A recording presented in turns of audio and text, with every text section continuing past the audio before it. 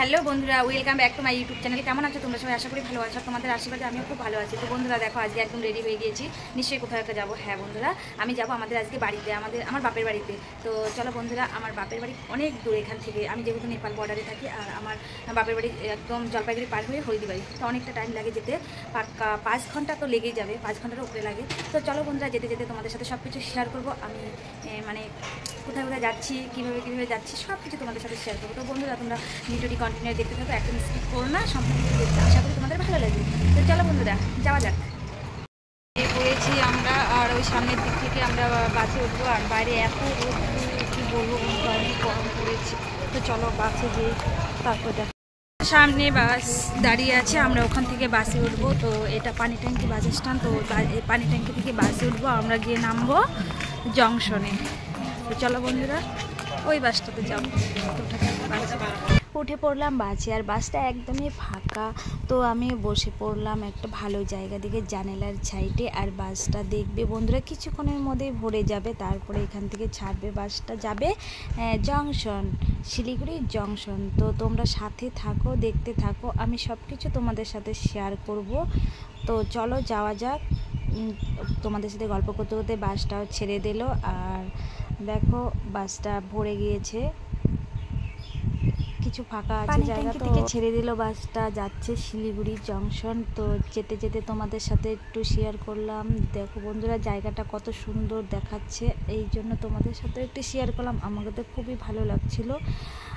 চলে আসলাম জংশন শিলিগুড়ি। বাবা কত ভিড় এখানে, তো অনেকটাই ভিড়। নেমে পড়লাম বাস থেকে, নেমে রাস্তার মাঝে এতটা ভিড় কি বলবো তোমাদেরকে। তারপরেও এগিয়ে যাচ্ছিলাম, কারণ আমাদের এই সাইড থেকে ওই সাইডে যেতে লাগবে, রোড পার হতে লাগবে।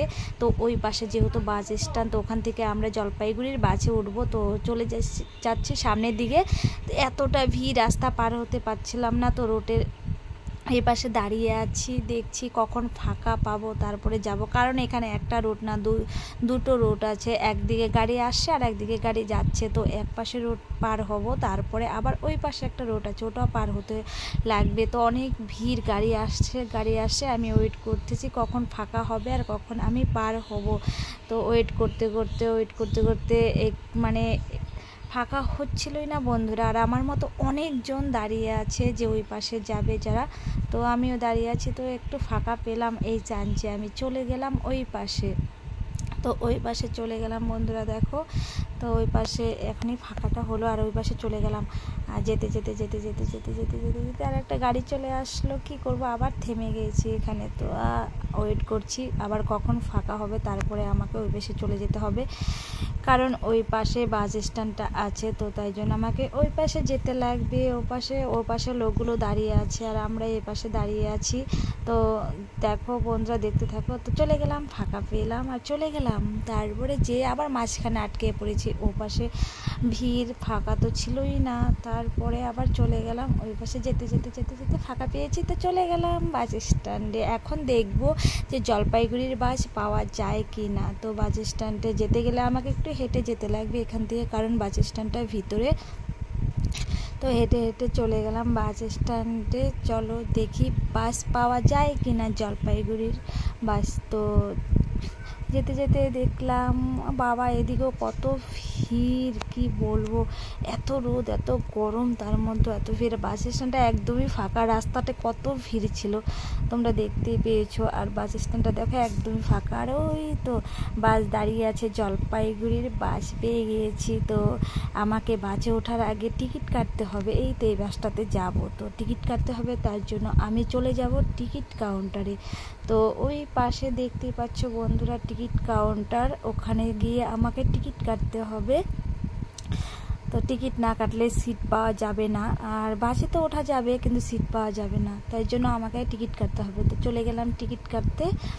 আর সোনাইকে, আমার ছেলেকে বললাম তুই ওখানে বস। তো ওখানে ও বসেছিল ওই পাশটাতে, কারণ ছেলে ক্যামেরাটা ধরছিল, তাই জন্য ওই পাশে ওকে বসিয়ে দিলাম। আর আমি চলে গেলাম টিকিট কাটতে। তো ওখানে অনেকক্ষণ ওয়েট করার পরে তো টিকিট কাউন্টারে আঙ্কেলটা কিছু কাজ করছিল, তাই জন্য আমাদের একটু ওয়েট করতে হলো। তো দাঁড়িয়ে আছি কখন দেবে ওয়েট করছি, কারণ বেশি ভিড় ছিল না টিকিট কাউন্টারে, একদমই ফাঁকা ছিল। ফাঁকা থাকলেও কি হবে, কারণ কাকুটা একটা কাজে বিজি ছিল, কাজ করতে ছিল, তার জন্য আমাদেরকে ওয়েট করতে হলো। তো দাঁড়িয়ে আছি কখন দেবে। তো চিন্তা নেই বন্ধুরা, যেহেতু আমি টিকিট কাটবো, টিকিট অনুযায়ী আমাকে সিটে বসতে লাগবে, কারণ যে কেউ বসবে সিটে, তো টিকিট দেখালে সিট দিয়ে দেবে, তো কোনো টেনশন নেই। সিট তো আমার এরকম তো না যে দাঁড়িয়ে যেতে লাগবে, এরকম কিছু না। তো তাই জন্য কাকুটা টিকিট দিচ্ছে আমাকে, তো টিকিট নিয়ে নিচ্ছি। টিকিট নেওয়ার পরে তারপরে চলে যাব আমরা বাসে। তো তোমরা দেখতে থাকো। তো কাকুটা এখনও দিচ্ছে না টিকিট আমাকে দিয়ে দিয়েছে, টাকা খুচরো টাকা ছিল না, তো তাই জন্য একটু লেট হচ্ছে। তো দাঁড়িয়ে আছি কখন দেবে। আর এদিকে আমার ছেলে ভিডিও কন্টিনিউ করেই যাচ্ছে। দেখো, তোমরা দেখতে থাকো ভিডিওটা, আশা করি তোমাদের ভালো লাগবে। আর তোমাদের ভিডিওটা যদি ভালো লাগে তাহলে চ্যানেলটি সাবস্ক্রাইব করে পাশে থেকো। যেটুকু সম্ভব তোমাদের সাথে শেয়ার করলাম, জানি না তোমাদের কেমন লাগবে ভিডিওটা। তো দাঁড়িয়ে ওয়েট করতে আমি তো একদম বোর হয়ে যাচ্ছি। একদমই ফাঁকা টিকিট কাউন্টারটা, তারপরও দাঁড়িয়ে থাকতে লাগছে, কারণ কাকুটা একটা কাজে বিজি ছিল। টিকিট আমাকে দিয়ে দিয়েছে অনেক আগেই, তো তারপরে টাকা খুচরো ছিল না বলে আমাকে দাঁড়িয়ে থাকতে হচ্ছে। তো দাঁড়িয়ে ওয়েট করি, আর কি করব। তো দিয়ে দিল টিকিট, টাকা খুচরো হয়ে গেছে, তো দিয়ে দিল। আমি এখন চলে যাব বাসে। তো চলো যাওয়া যাক বাসে। বাস গিয়ে দেখি কত নাম্বার জানালার সাইডে। আমার তো প্রচণ্ড ভয় করে যখন আমি টিকিট কাটতে যাই, সবসময় ঠাকুরকে বলি আমার জন্য জানালার সাইডে সিট পড়ে। তো এখন টিকিটটা কেটে নিয়ে আসলাম, তারপরেও ভয় লাগছিল। তো উঠে পড়লাম গাড়িতে, আর বুকটা ধকধক করতেছিল, ঠাকুর যেন জানালার সাইডে। আর একদম জানালার সাইডে সিটটা পড়েছে, বসে পড়লাম জানালার সাইডে 7, আমার নাম্বারটা 7 ছিল। তো দেখো বন্ধুরা 6 ছিল, তো 6 ছিল। তো বসে পড়লাম জানলার সাইডে, জায়গা পড়েছে, আর সোনাইকে ওখানে বসিয়ে দিলাম। তারপরে এত গরম লাগছিল কি বলবো, চটপট করে সোনাইকে বললাম, সোনাই কি খাবি? সোনাই বললো কিছু খাবে না। তারপরে জল নিয়ে গিয়েছিলাম একটু বাড়ির থেকে, তো গরম হয়ে গিয়েছিল জলগুলো, কাকুটার কাছ থেকে নিয়ে নিলাম। আমি আর সোনাই দেখতেই পাচ্ছি, তোমরা ভিডিওতে দেখতেই পাচ্ছ বন্ধুরা, এত গরমের মধ্যে খেতে ভালো লাগছে, কারণ শশা তেল আঙ্কেলের কাছ থেকে দিয়েছে, শশা নিয়ে ভালো লাগছে, মজা লাগছে। আর পাশে দিদিটা বসে, দিদিটা আমাকে বলছে যে কয়টা বাজে, তুমি কোথায় যাবা, গল্প করেই যাচ্ছিল দিদিটা। আর আমি খাচ্ছিলাম, সোনাই ভিডিও ক্যামেরাটা ধরে রাখছিল। তো দেখো বন্ধুরা কত মজা করলাম। দিদিটা আমাকে গল্প করছিল যে দিদির বোনের বাড়ি নাকি নেপাল গলগলিয়াতে, তো এইসবই বলছিল। গল্প করতে বাসটাও ছেড়ে দিল। তো এখন যাব আমরা জলপাইগুড়ি। বন্ধুরা চলো তোমাদেরকেও দেখিয়ে দিচ্ছি, বাসটা ছেড়ে দিয়েছে, তো আমরা যাচ্ছি জলপাইগুড়ি। দেখি কতক্ষণ লাগে জলপাইগুড়ি যেতে তোমাদের আর একটু দেখিয়ে দিচ্ছি।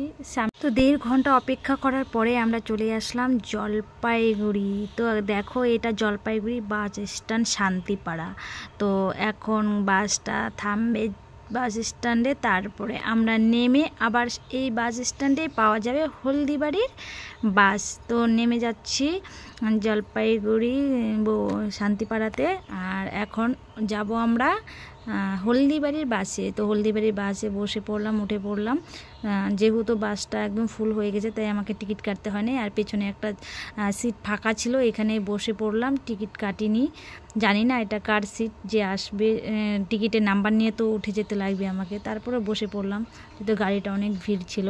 তো চলে আসলাম হলদিবাড়ি, পৌঁছে গেছি। গল্প করতে তোমাদের সাথে পৌঁছে গেলাম হলদিবাড়ি। তো হলদিবাড়ি আসতে আমাদের পাক্কা হচ্ছে 1.5 ঘন্টা সময় লাগলো, হলদিবাড়ি আসতে 1.5 ঘন্টা সময় লাগলো। তো এটা আমার সোনার হলদিবাড়ি, ছোটোর থেকে বড় হওয়ার ভালোবাসার হলদিবাড়ি। দেখো আমাদের হলদিবাড়ি, আমার তো খুব ভালো লাগছে হলদিবাড়ি নেমে, অনেক ভালো লাগছে। তো এখন উঠে যাব টোটোতে। তো টোটোতে বসে পড়লাম আমাদের বাড়ি যাওয়ার জন্য। তো টোটোতে বাড়ি যাওয়ার জন্য টোটোতে যেতে হবে। আর যেতে যেতে তোমাদের সাথে শেয়ার করব আমাদের গ্রাম আমাদের বাড়ি মানে কোন দিক দিয়ে যেতে লাগে। এই দেখো বন্ধুরা আমাদের গ্রাম, এটা আমাদের গ্রামে ঢুকে পড়েছি। দেখো কত সুন্দর ফাঁকা ফাঁকা জায়গা আছে, একদম মাঠ ঘাট, খুব ভালো লাগে। আমি যেখানে থাকি সেখানে ফাঁকা জায়গা তো একদমই দেখা যায় না। দেখো বন্ধুরা মাঠ ঘাট, গাছপালা, শাক সবজি, মানে এমন কি নেই গ্রামে, সব কিছুই আছে। তো তোমাদের সাথে গল্প করতে করতে আমি বাড়ির কাছাকাছি প্রায় পৌঁছিয়ে গেছি। এখন আমাদের টোটো থেকে নামার পালা। তো টোটো থেকে নেমে তারপরে আরেকটু হেঁটে যেতে লাগবে আমাদের বাড়িতে। তো বাড়ির সামনে একদম টোটো যায় না, যেহেতু রাস্তাটা ছোট, একদম টোটো যায় না। তো নেমে পড়লাম, আমাদের বাড়িতে চলে এসেছি। এটা আমাদের গ্রাম, আমাদের গ্রামে এখানে টোটো থামে মোড়টাতে। তো নেমে পড়লাম টোটোতে, এখন চলো যাওয়া যাক বাড়িতে। তো যেখানে টোটোটা থামছে, তো এখানে একটা মন্দির আছে, মায়ের মন্দির। তো সেই মা কালীটা অনেক জাগ্রত, এখানে পুজো হয়। তো যেহেতু অনেক দিন পরে আসি, তো মায়ের মন্দিরে একটু প্রণাম করব। তো চলো মায়ের মন্দিরে যাই, একটু মাকে প্রণাম করে তারপরে বাড়ি যাব। তো চলে যাচ্ছি, অনেক দিন পরে আসলাম, তো মাকে একটু প্রণাম করে নেই।